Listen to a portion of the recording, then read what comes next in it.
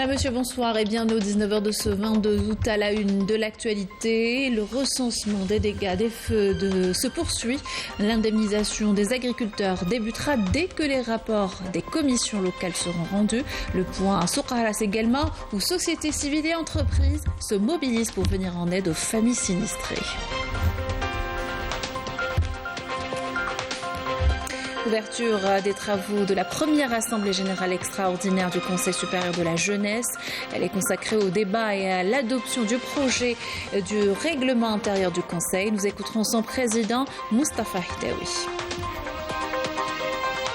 Éducation nationale, les manuels scolaires disponibles dans plusieurs points de vente de l'ONPS. L'Office assure 70 millions de livres, tout palier confondu. Les détails dans ce journal. Puis nous irons dans l'ouest du pays dans cette édition où la plage de Morsa Ben Mehidi à Tlemcen attire des estivants algériens et étrangers grâce à ses fabuleux paysages et l'accueil chaleureux de ses habitants. Reportage tout à l'heure. Bienvenue à tous, heureuse de vous retrouver. Je vous le disais hier et je vous le disais en titre, l'opération de recensement des dégâts des feux a débuté. Les agriculteurs touchés, notamment dans les wilayas de l'Est du pays, sont approchés par les commissions locales installées à cet effet. Les indemnisations se feront dans les plus brefs délais. Un soulagement et un peu de réconfort après la catastrophe qui a consumé des centaines d'hectares de couverts végétal. C'est le cas pour ces agriculteurs rencontrés par nos équipes à Soukharas. Ebtissam Bejaoui, Beda Mardi. Le regard tourné vers ces champs dévastés par les incendies de forêt ayant affecté la wilaya de Soukharas, ne lui laissant que des cendres. Hossin, agriculteur à Meshtet el-Hendia Zarouria, compte énormément sur les indemnisations de l'État après constatation des dégâts. Nous avons de l'espoir. Les membres de la commission se sont présentés à nous et nous ont posé des questions.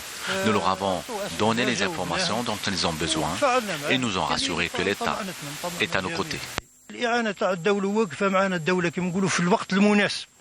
Les incendies n'ont rien laissé sur leur passage à Zarouria. Ils ont tout consumé. Cet agriculteur est une autre victime qui a perdu tous ses arbres fruitiers et ses équipements au premier jour des incendies. La commission d'évaluation des dégâts s'est déplacée sur ces terres pour constater ces pertes. 500 هكتار بين الشجرة والشجرة 4 متر. هاي كيل الحاجة واحسب كيما تحب انت ماشي يعني انا مكيلينها انت قلت 600 شجرة قلت داير 600 اني هكتار شوي قالها الاخر نقول واحد 200 متر زايد ولا فهمت كنت نستنى فيهم جاوني حسيت بالدولة الجزائرية. Ils sont venus, j'ai senti que l'État est mobilisé à nos côtés. Je suis content du fait qu'ils vont m'indemniser. فرحت. J'ai perdu des arbres fruitiers, j'avais des néfliers, j'ai perdu aussi tout mon système goutte à goutte et tous les tuyaux avec.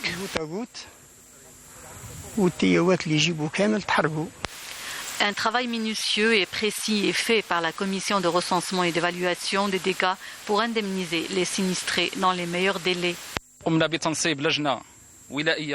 Nous avons installé une commission de wilaya pour répertorier tous les dégâts qui ont affecté les agriculteurs. Les commissions ont entamé leur travail jeudi à 8h du matin. Ce sont 4 groupes qui se sont présentés à travers les communes sinistrées de la wilaya, entre autres Zarouria, très touchées par les incendies. Une fois l'opération de recensement achevée, les rapports détaillés seront remis par la commission aux parties concernées. Et l'opération se poursuit également à Guelma. L'indemnisation des agriculteurs dont les terres ont été ravagées par les feux débutera dès que les rapports des commissions de la wilaya seront rendus. Ammar Tobel, Sofiane Hamoudi. Les feux de forêt ont ravagé plusieurs milliers d'hectares de couverts végétal à travers 15 communes de la wilaya de Guelma. Ces feux qui ont détruit également plusieurs centaines d'hectares de cultures maraîchères et de vergers.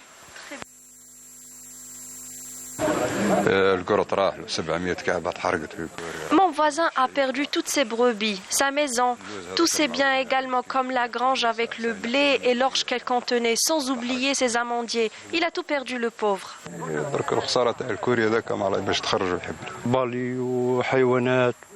Tous les animaux de la ferme ont été brûlés vifs. Comme vous voyez, mon voisin a perdu la vie dans ces feux meurtriers qui ont détruit également sa maison.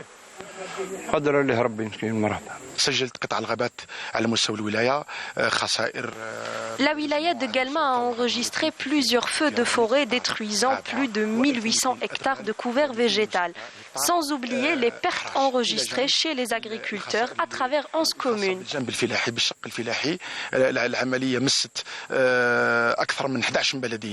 Le service de l'agriculture de la wilaya de Guelma s'emploie à suivre et à évaluer les données relatives à ces pertes et ce, en vue de trouver une approche sérieuse et pratique pour les indemnisations.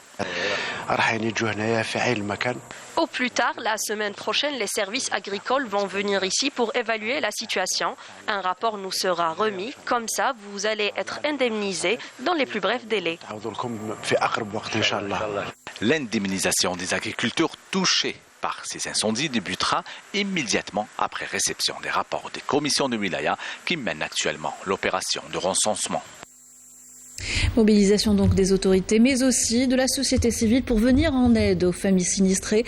À Soukharas, par exemple, des caravanes d'aide affluent des 4 coins du pays. Une cellule de crise a été installée d'ailleurs pour la gestion des dons reçus. Yamina Saïchi.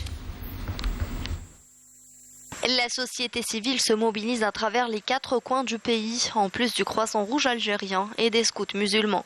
Objectif, apporter aide et assistance aux familles sinistrées et leur assurer un approvisionnement régulier en produits de première nécessité.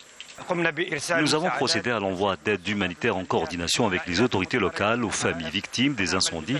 Nous travaillons également en coordination avec la direction de la solidarité de la wilaya de Taraf pour le recensement des familles sinistrées. Nous sommes chargés de récolter les dons. Aujourd'hui, nous avons pu approvisionner toutes les familles en eau potable. Nous avons reçu des dons des 4 coins du pays. Tous les produits ont été acheminés vers cette cellule de crise dans la wilaya de Taraf. Nous sommes tous mobilisés pour apporter notre aide aux victimes des incendies. Les services concernés ont rendu visite à toutes les familles sinistrées afin d'évaluer l'étendue des pertes et ainsi prendre en charge immédiatement tous leurs besoins. Nous remercions l'État algérien pour les aides fournies aux familles sinistrées. Nous avons reçu l'aide nécessaire et nous avons été parfaitement pris en charge. Nous avons reçu des aides des wilayas de Bouira, Annaba, Guelma, Soukharas et Tébessa. En un temps record, toutes les familles sinistrées des régions touchées par les incendies ont été prises en charge. Ceci a été rendu possible grâce à la mobilisation de la société civile, des entreprises de l'État et de tous les citoyens fidèles à leurs principes de solidarité.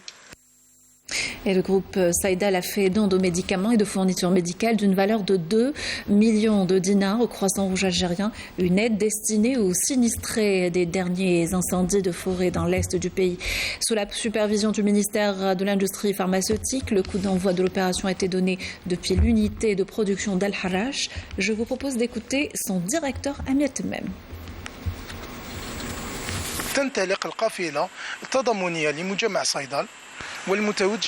Cette caravane de solidarité du groupe Saïdal est destinée aux victimes des feux de forêt de Soukharas et At-Tarf.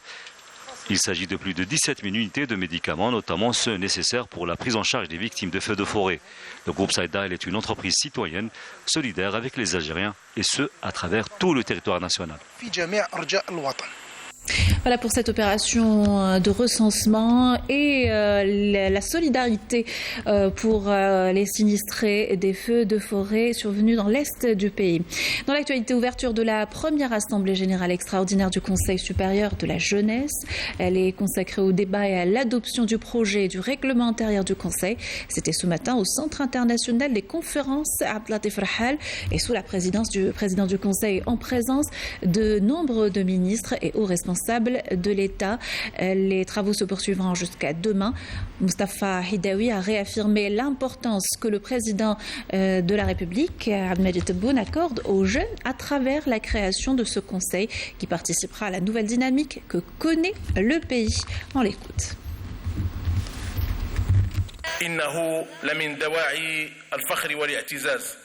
C'est avec une grande fierté que nous nous rencontrons aujourd'hui pour l'ouverture des travaux de la première session extraordinaire de l'Assemblée générale du Conseil supérieur de la jeunesse, considérée comme un élément fondamental dans la construction de l'Algérie nouvelle, concrétisant les engagements du président de la République Abdelmajid Tebboune, consacrés par la nouvelle Constitution.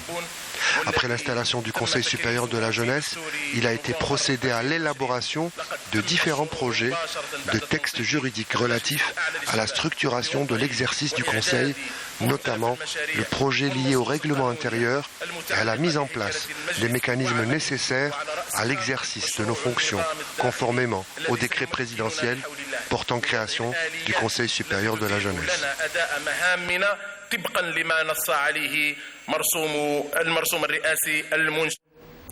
Éducation nationale, les manuels scolaires disponibles dans plusieurs points de vente de l'ONPS. 70 millions de livres, tous paliers confondus, sont assurés par l'Office national des publications scolaires. Reportage de Fouzi Atej, commentaire Majda Hamoud. L'Office national de la publication scolaire, ONPS, assure la disponibilité de 70 millions de livres scolaires, tous niveaux confondus, en prévision de cette rentrée scolaire. Les manuels scolaires sont disponibles pour tous les niveaux. Leur prix reste stable comparé à l'année dernière. Les prix sont abordables. On aimerait bien que d'autres librairies soient mobilisées à cet effet. Ces points de vente nous facilitent l'achat des livres pour nos enfants. Je suis satisfait car tous les livres sont disponibles et à des prix abordables. Plusieurs points de vente, dont 34 points relevant de l'ONPS, ont été mis à la disposition des parents, en plus de 1500 points de vente au niveau des établissements scolaires et plus de 1400 librairies privées. Durant le mois d'août, nous avons vendu un peu plus de 55 000 livres dédiés au cycle primaire, 32 000 concernant le cycle moyen et plus de 35 000 ouvrages concernant le cycle secondaire. Tous les manuels sont disponibles du niveau préparatoire au secondaire et les prix sont raisonnables. L'Office national de la publication scolaire a également ouvert la vente électronique pour faciliter l'acquisition des ouvrages scolaires. Agriculture à Skikda, les dernières récoltes en légumes secs garantissent la disponibilité en quantité suffisante et de bonne qualité sur le marché. Un défi relevé grâce aux coopératives spécialisées, nous dit Saïd Belaz, commentaire de Yamina Saïdji. Il devient aujourd'hui primordial de trouver des solutions pour assurer la sécurité alimentaire et ce, en développant l'activité agricole et les ressources locales. Dans cette coopérative des céréales et légumes secs à Skikda, la production des légumineuses a été justement intensifiée afin de garantir l'approvisionnement du marché local. Ces produits de large consommation ne font qu'augmenter la facture d'importation et coûtent très cher au trésor public, ce qui a poussé l'État à mettre en place un programme spécial pour le développement des espaces d'exploitation dédiés aux céréales et aux légumes secs.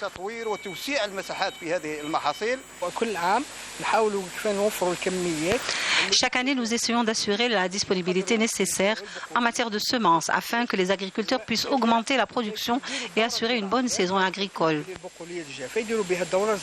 Au niveau de cette coopérative de céréales et légumes secs, un nouveau programme a été élaboré pour assurer l'autosuffisance locale en matière de céréales et légumes secs. D'autant plus qu'elle est spécialisée dans la récolte des légumineuses destinées à couvrir le marché national. La production de la wilaya de Skikda a permis d'approvisionner plusieurs autres wilayas en légumineuses et en particulier les semences de pois chiches, ce qui va nous permettre de nous débarrasser de l'importation en la matière. Les légumes secs sont disponibles en quantité suffisante dans les différents points de récolte de la wilaya. Le développement de la production agricole est un gage pour la sécurité alimentaire du pays. C'est même l'un des défis majeurs qui se posent aujourd'hui. Et le recours aux méthodes modernes dans l'usage d'engrais ont permis une bonne récolte de raisins de table.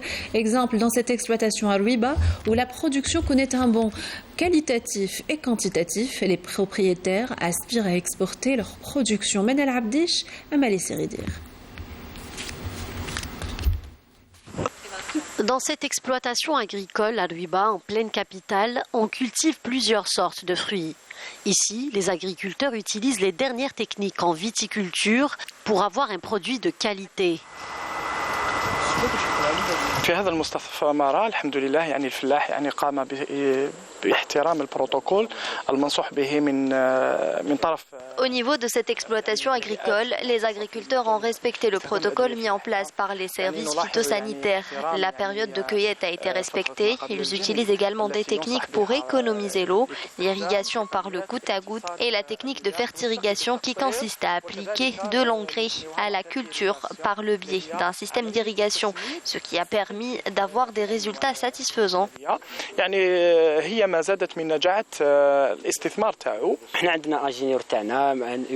On est encadré par un ingénieur pour améliorer la qualité de notre production.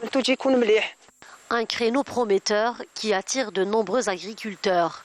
Ils aspirent à développer la production et présenter un produit de qualité pour passer à l'exportation dans un proche avenir. On aimerait bien participer au développement de notre pays. Nous allons augmenter le rendement et tenter de passer à l'exportation dans les meilleurs délais. Seulement pour ce qui est des engrais, nous souhaitons avoir l'aide de l'État, de même que son soutien pour la formation de la main-d'œuvre. La nouvelle stratégie élaborée par l'État qui consiste à soutenir et à accompagner les investisseurs dans le domaine agricole permettra d'atteindre l'objectif d'assurer l'autosuffisance dans le secteur agricole, de garantir la sécurité alimentaire et de relancer l'économie nationale. L'Algérie condamne fermement l'attentat terroriste perpétré à Mogadiscio ayant fait plusieurs victimes et blessés parmi les civils se trouvant dans l'hôtel Hayat de la capitale somalienne. Dans cette douloureuse circonstance, l'Algérie présente ses sincères condoléances aux familles des victimes ainsi que ses vœux de prompt rétablissement aux blessés, affirme le ministère des Affaires étrangères, tout en assurant le gouvernement et le peuple somalien frère de sa pleine solidarité et de son ferme soutien dans la lutte qu'il mène contre le terrorisme. L'Algérie réitère son appel à une action vigoureuse et au niveau régional et international pour prévenir et éradiquer ce fléau dont la propagation accélérée en Afrique constitue une menace directe à la paix et à la sécurité collective ainsi qu'un obstacle majeur au développement du continent. À l'étranger, toujours, les délégations participant au camp d'été pour la jeunesse espagnole ont réitéré leur soutien indéfectible aux droits des Sahraouis, à l'autodétermination et à l'indépendance. Elles dénoncent l'occupation marocaine avec la connivence de gouvernements et d'entreprises européennes. La délégation sahraoui a eu des entretiens avec d'autres délégations étrangères d'Italie, des Pays-Bas, de Grèce ou encore de Chypre dans le but de les informer des derniers développements du dossier du Sahara occidental. Une vague d'interpellations menée aujourd'hui par l'entité sioniste dans les territoires occupés. Une vingtaine de jeunes Palestiniens ont été arrêtés dans la bande ouest et Al-Quds occupée.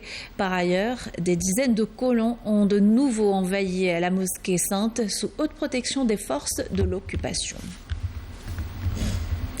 État d'alerte et d'urgence dans 6 États du Soudan en raison des fortes pluies et des inondations catastrophiques. Le Conseil des ministres soudanais a souligné la nécessité de déployer des efforts à la fois officiels et populaires pour susciter un soutien humanitaire interne et externe. Pour rappel, de vastes régions du pays ont été frappées par des pluies torrentielles et des inondations sans précédent. Le dernier bilan de la catastrophe est passé à 80 morts. Retour dans le pays où le concours militaire international section aéroportée 2022 se poursuit pour le 7e jour consécutif. Aujourd'hui, le parcours de course de Bourar de Médéa, en première région militaire, a abrité l'épreuve du parcours d'engins de combat et tir avec armes de bord. 5 pays, dont l'Algérie, ont pris part à cette compétition. Ahmed Souilah, Riyad Belkhati. Le concours militaire international aéroporté 2022 s'est poursuivi aujourd'hui pour la 7e journée à la première région militaire à Bourar, dans la wilaya de Médéa. L'épreuve d'aujourd'hui a constitué en une course-poursuite avec des engins de combat, avec tir, avec armes de bord. La compétition a vu la participation de 5 pays, outre l'Algérie, la Chine, l'Ouzbékistan, la Biélorussie et le Venezuela. Les 5 équipes se sont affrontées sur un parcours distant de 3220 mètres avec obstacles et armes de bord. Le classement s'effectue sur les temps, le meilleur temps réalisé donc, et la précision des tirs des différents équipages. Une organisation excellente et un très bon esprit compétitif et sportif, chacune des équipes tentant de réaliser les meilleures performances. Sport toujours, l'Algérie s'apprête à accueillir la Coupe arabe de football, les U17. Les compétitions se dérouleront à Mostaganem, au stade du pôle sportif Moudjahid Karoum Abdelkrim et le stade de Mohamed Ben Saïd du complexe sportif Farraj. Toutes les conditions sont réunies pour la réussite de la compétition prévue le 8 septembre prochain. Samia Chichouf. Le comité de l'Union arabe de football a retenu le stade de Sig dans la wilaya de Mascara pour abriter des matchs de la Coupe arabe de football de la catégorie des U17 prévus en Algérie du 23 août au 8 septembre prochain. Ce choix a été opéré suite à une inspection du stade de Sig par une commission spécialisée relevant de l'Union arabe effectuée samedi dernier et qui a relevé que l'infrastructure garantissait toutes les conditions et critères nécessaires pour abriter des compétitions internationales de football. Dans le souci de garantir la réussite des rencontres programmées dans ce stade, un suivi permanent de l'état de la pelouse du stade en gazon naturel est assuré, en plus des essais techniques quotidiens du système d'éclairage nocturne. Le stade relevant du complexe sportif Moudjahid Karoum Abdelkrim a déjà abrité 9 rencontres lors de la 19e édition des Jeux méditerranéens d'Oran. En plus du stade de Sig, le stade Mohamed Ben Saïd du complexe sportif Farraj de Mostaganem abritera également les matchs de la compétition arabe des moins de 17 ans. La compétition débutera demain le 23 août par le match d'ouverture qui mettra aux prises les U17 algériens à leur homologue de la Palestine sur la pelouse du stade de Sig. Coup d'envoi du match à 17h.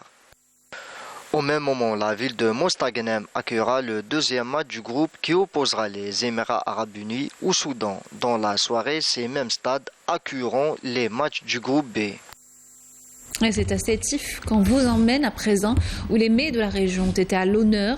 La fête de la Shlita dans le beau village de Tirat Nedrar, un plat à base de tomates et de poivrons marinés dans de l'huile d'olive. Une fête qui a vu la participation de centaines de personnes, des activités sportives et tout un programme culturel était au menu. Reportage d'Arilas Aït Hamouda.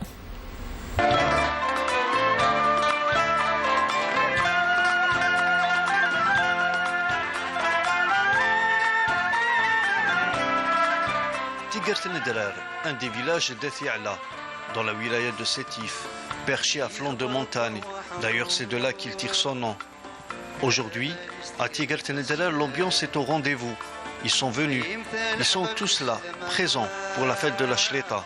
Un plat à base de poivrons, piments, ail et tomates. Une spécialité culinaire de la région.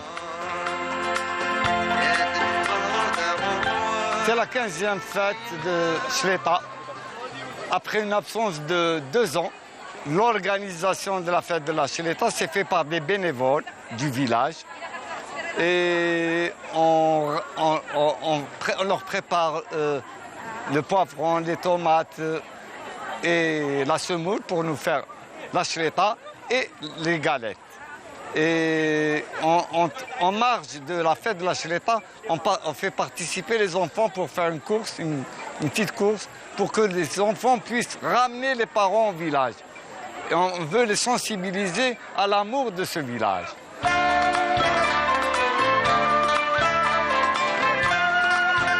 En collaboration avec le village d'Eth Braham, les organisateurs ont concocté tout un programme culturel et sportif et comme invités d'honneur, les anciens joueurs de l'équipe nationale, présents pour participer à un match gala. C'est une fête formidable où il y a une ambiance. Il y a bien sûr les gens du village. Je remercie les organisateurs qui ont tout fait pour vraiment faire plaisir aux invités. Et je dirais également qu'à travers cette fête, il y a un match de football qui est organisé, un match gala, où les anciens joueurs sont là. Bien sûr, il y a les Gendouz, les Ziri, les Zenir, anciens joueurs, les Qadri, pas mal de joueurs qui sont venus. Avec la présence des natifs du village, la fête devient plus conviviale. Des produits du terroir sont présentés afin de faire connaître et vendre les produits des agriculteurs et artisans de la région. On a des produits locaux, mais l'association تساعد باش تكافؤ الخلف نسكن لي برودوينا ساعات لي مين دور مي وساعات على لوكازيون اي با l'association تساعد دابا باش نتكافؤ l'occasion. L'objectif de cette fête, c'est de réunir en particulier nos villageois. Nous avons un projet important à réaliser dans ce village. C'est le projet de l'eau.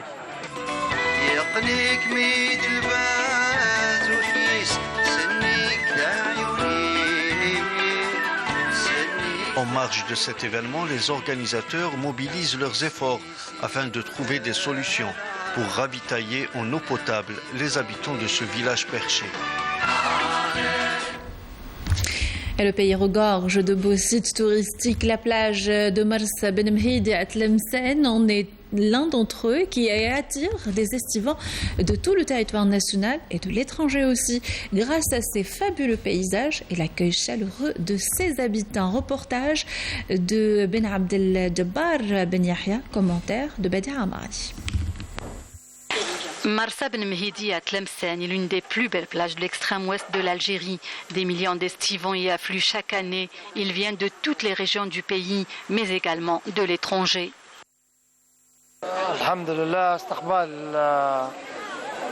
Nous sommes très bien accueillis. Le peuple algérien est chaleureux et respectueux. Algériens et Libyens sont des frères.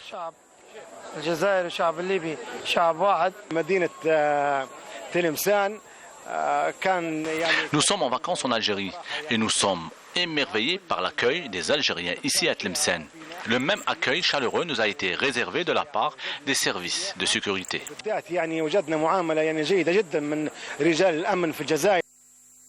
Les estivants profitent des sorties nocturnes au niveau de la corniche et immortalisent ces moments inoubliables dans cette belle ville. Pour certains, c'est la découverte. Nous sommes venus d'Ormis Miliana. C'est pour la première fois que nous visitons Tlemcen, Marnia, Porsé. C'est la première fois. Je m'appelle Assil, je suis venue à Tlemcen et Marsa Ben Mhidi, j'aime beaucoup. Je m'amuse, j'ai même mis Shida Tlemcenienne que j'ai adoré. Nous sommes ici en famille pour fêter l'anniversaire de notre fils. Nous sommes très contents. Je souhaite à tous de venir visiter Marsa Ben Mhidi. Nous sommes une famille qui s'est déplacée de Betna. Nous faisons du tourisme à Tlemcen, exactement à Porsé. Nous avons beaucoup aimé. C'est une belle région et vraiment touristique. Nous souhaitons que du bien pour notre pays. À Marsa Ben Mhidi, la magie opère de jour comme de nuit. Quiconque visite cette belle région de l'Algérie revient ressourcé avec plein de beaux souvenirs. Avec ceci, nous arrivons à la fin de notre journal. Merci de l'avoir suivi et excellente soirée sur Canal Algérie.